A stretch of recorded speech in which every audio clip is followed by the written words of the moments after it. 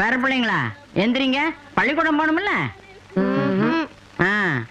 உங்க அண்ணன் முகத்துல தான் முழிப்பீங்க. இந்த வந்துகிட்டு இருக்கான். தம்பிங்களா எந்திரிங்க, இந்தாங்க காஃபி.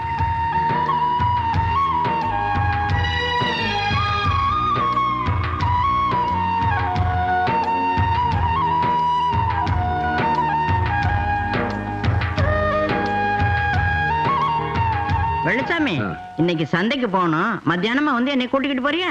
பார்த்தா இன்னைக்கு என்னால எங்கேயும் வர முடியாது. சாயந்தரம் ஒரு முக்கியமான வேலை இருக்கு. அப்படி என்ன இவனுக்கு முக்கியமான வேலை?